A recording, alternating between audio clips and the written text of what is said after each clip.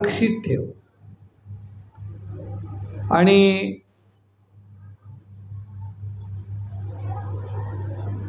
तिळगुळाप्रमाणे स्नेह,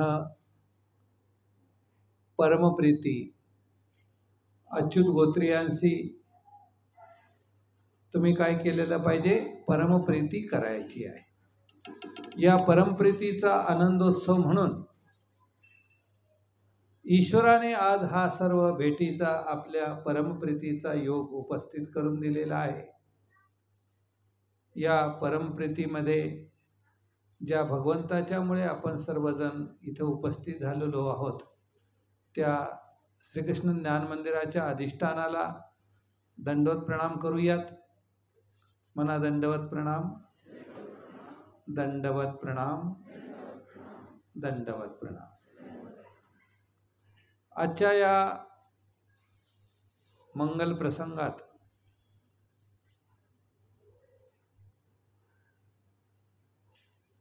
बाबा तर उपलब्ध आहेतच, पण बाबांकडील वंदनही आपल्यासाठी उपलब्ध झालेलं आहे. त्यालाही विडावसर करून आपण जड आणि चेतन या दोन्ही भेटीचा आनंद घेतो आहोत. बाबांनी आपल्याला भेटीच्या संबंधामध्ये मार्गदर्शन केलेलंच आहे. आज परमार्गामध्ये आंबेवडगावचे बाबा म्हणून आपल्या डोळ्यासमोर कोणती प्रतिमा दिसते? कोणती प्रतिमा दिसते? दिसतात की नाही? ते बाबा झाडाखाली बसलेले आहेत, मांडी घालून बसलेले आहेत, हातामध्ये गाठी आहे. त्यांचं दर्शन झालं तरी आपल्याला माऊली भेटल्याचा आनंद होत होता. त्याच गादीची परंपरा ज्यांच्याकडे सेवा या रूपाने ज्ञान भक्ती वैराग्याचा वसा आणि वारसा चालविण्यासाठी त्यांच्या परंपरेचा गुरुवर्यांचा आठव करीत आपण बाबांनाही दंडवत करूयात. अभ्यागत म्हणून आपल्या सर्वांना अतिथी देवो भव या रूपाने आज भेटीचा योग उपलब्ध झालेला आहे. तुम्हाला वाटलं होतं का की आज काही असं होईल? एखादा संत, एखादा महंत, एखादा अधिकरण तो सहजपणे तुमची आठवण करतो किंवा तुम्हाला भेटायची इच्छा व्यक्त करतो, यातच तुमचं भाग्य उजळलेलं आहे. नव्हे तुम्ही देवाच्या कृपा पात्रास आहात, परमेश्वराच्या कृपा प्रसन्नतेमध्ये आहात, याचा आनंद आणि त्याचा अनुभव आपल्याला येत असतो. आणि म्हणून देवाचे आभार माना, श्री प्रभू बाबांचे आभार माना. त्या पूर्ण परब्रह्म परमेश्वराची कृतज्ञता व्यक्त करा की ज्यामध्ये देवा तू खरा माझा हितचिंतक आहेस, की माझ्यासाठी बरोबर बाबांना भेटीचा योग उपलब्ध करून दिला. काल मला वाटतं दुपारपर्यंत काही माझ्या नियोजित, माझा दरवर्षी प्रोग्राम असतो. एकतर मी जातो 16ला, सकाळी 16लाच निघतो आश्रमातून. मला वाटतं 1-2दा मी असं 15ला मी आलो होतो असं मला आठवतं. परंतु तुमच्या कडाने येणं आणि आमच्या कडाने पोहोचणं याच्यामध्ये जमीन आसमानचा फरक आहे. देवाने तुमची आठवण करावी यासारखं काही भाग्य असू शकतं का? सर्वज्ञ श्री चक्रधर स्वामींच्या समोर एक प्रसंग उपलब्ध झाला. पैसे पाहिजे होते, बाकीचं कथानक सांगत ना तुम्हाला.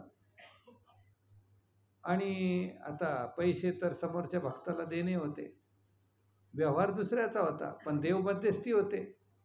देव म्हटले आम्ही पैशाची हमी घेतो, आम्ही देऊ तुम्हाला पैसे. समोरची माता म्हटली की नाही, माझी मला आत्ताच पाहिजेत. देवाला आठवण आली कोणाची, कोण सांगेल? देवाला एका भक्ताची आठवण आली की जो लांब होता. टाळ्या वाजून त्यांच्यासाठी.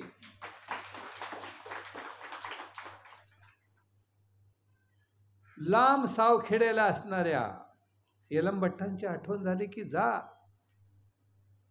त्यांच्याकडून 2 आसवान आहे. किती आसवान आहे ते फक्त? भांडण कितीवर होतं? 2 आसूवरच भांडण. आणि आचार्य तिथे जाऊन पोहोचले. त्यांनी दंडोत प्रणाम केला, क्षेमवार्ता सांगितली. मला स्वामींनी तुमची आठवण केली आणि तुमच्याकडे पाठवली. अख्खी सोन्याच्या आसूंची पिशवी त्यांच्यासमोर ठेवली. त्यांनी घेतल्या 2च. मला फक्त हा लीळा प्रसंग यासाठी सांगायचा आहे. मुंबईकरांची एखाद्या साधूला आठवण होते. त्यातल्या त्यात पनवेलकर भाग्यवंत ठरले की तो ते सेंटर पॉईंटवर नाक्यावरच येते. टोल म्हणजे तुमची आठवण व्हावी असं काहीतरी भाग्य तुम्ही जोडलेलं आहे. तो पूर्वी आराधिला व्हावा की. एखाद्याच्या मनामध्ये तुम्ही जागा निर्माण करता. हा तुमचा मला अनुभवलेला स्थायी भाव मी ओळखला. तुम्ही बोलत कमी असाल पण तुमचे चेहरे मला बोलके असतात, डोळे चांगले बोलके असतात. तुमच्या श्रद्धेचा भाव व्यक्त तुमच्या कृतीमध्ये दिसत असतो. कशामध्ये दिसत असतो? तो एखाद्याच्या पदार्थात दिसेल, एखाद्याच्या रांगोळीत दिसेल, एखाद्याच्या गंध लावण्याच्या प्रक्रियेत जाणवेल की तो तुमचा भाव कसा आहे. जिथे भाव तिथे देव आहे. देवभावाचा, गुरुसेवेचा, मार्गद्रव्याचा, देवभावाचा आहे. भावभक्तीने प्रभू आकळतो. देवाला बांधण्याची ताकद श्रद्धेमध्ये आहे. आता 22 देवा व्हावे लागेल. थांबला की नाही प्रभू सुद्धा? देवाला सुद्धा थांबावं लागतं. आणि हे समर्पणाचं जे जीवन आहे ते तिळागुळातून आपण अनुभवत असतो. महिलांचा सण आहे संक्रांतीचा. हिंदू संस्कृतीमध्ये हा एक पवित्र सण म्हणून सगळीकडे आज आम्ही पाहतो की याला भारतामध्ये संपूर्ण भारतभर वेगवेगळ्या नावाने हा ओळखतो.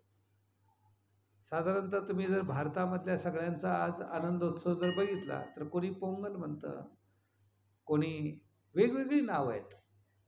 या सणाला जवळजवळ भारतामधल्या 36 राज्य आहेत. त्यातले 16 ते 17 नावं या राज्यांमध्ये संक्रांतीसाठी वेगवेगळ्या पद्धतीने आहेत. त्यामध्ये तंत्रज्ञान आहे, विज्ञान आहे, अध्यात्म आहे, संस्कृती आहे, संवर्धन आहे, रहस्य आहे, तत्व आहे, लक्षण आहे, बोध आहे. परंतु आपण अनुभवलं की बापूंनी तिळाचं तिळपण जायला पाहिजे, गुळाचं गुळपणही जायला पाहिजे. दोही एक वाट कालविजे, तया ते ब्रह्म झाले ऐसे म्हणिजे. आम्हाला सुद्धा ब्रह्म व्हायचे की ब्रह्म अनुभवायचं आहे? तुम्हाला काय वाटतं? तुम्हाला काय हवं आहे? ब्रह्म होणं आवडेल की ब्रह्म अनुभवणं आवडेल? काय पक्क सांगा म्हणजे पुढे तयारी करायला. आपण ब्रह्म अनुभवण्यासाठी वाटचाल करतो आहोत की ब्रह्म होण्यासाठी करतो आहोत?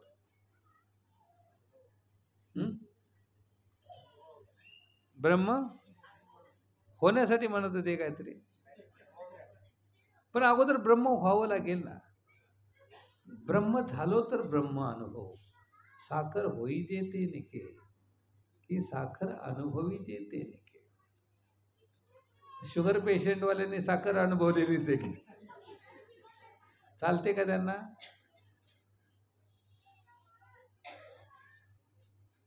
मध्य साधता आला पाहिजे जीवनातला. तुम्हाला तुमच्या जीवनातला मध्य साधता आला पाहिजे. तो नेमका अशा प्रकारच्या पवित्र साधनेतून आपल्याला साधला जातो. जोपर्यंत त्यातलं रहस्य तुम्हाला कळत नाही तोपर्यंत तुम्हाला ब्रह्म होता येणार नाही. ब्रह्म होणं म्हणजे नेमकं काय आहे? अगोदर आम्ही ब्रह्मविद्या अभ्यासतो. वाचनाला इथं आता आलेलं आहे. त्याच्या अगोदर बी हे सगळे ब्रह्मज्ञानीच आहेत की नाही? तुम्हाला परमेश्वर माहिती आहे की नाही? का हो राजे? परमेश्वर माहिती, जीव माहिती की नाही? इकडे महिलांना विचारतो.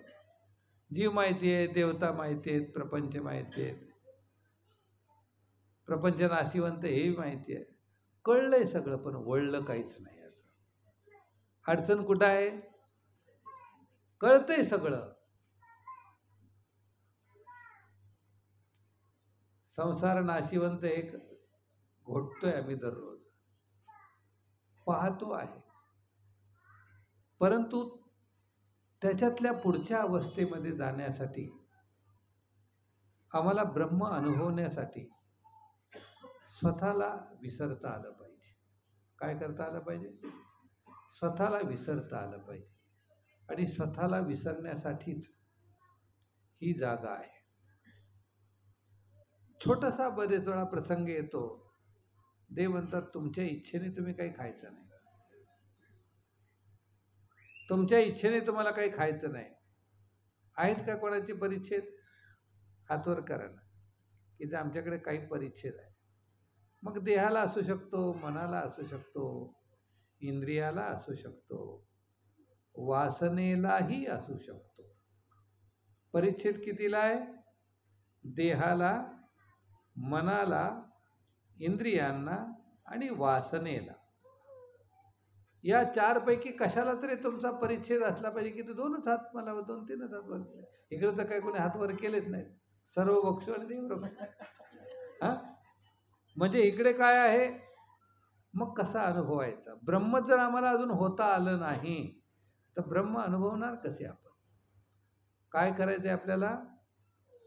एखाद्या पदार्थाचा परिच्छेद करायचा. जे आवडतंय ते श्रीकृष्णार्पण करता आलं पाहिजे. म्हणतो की आपण यत् करोषि यदश्नासी यज्जुहोषी ददासी यत्. दररोज त्वमेव माता च पिता त्वमेव म्हणतो, पण आई विचारली तर कोण सांगतो? सांगतो का देव आहे माझा? आई नाही सांगत.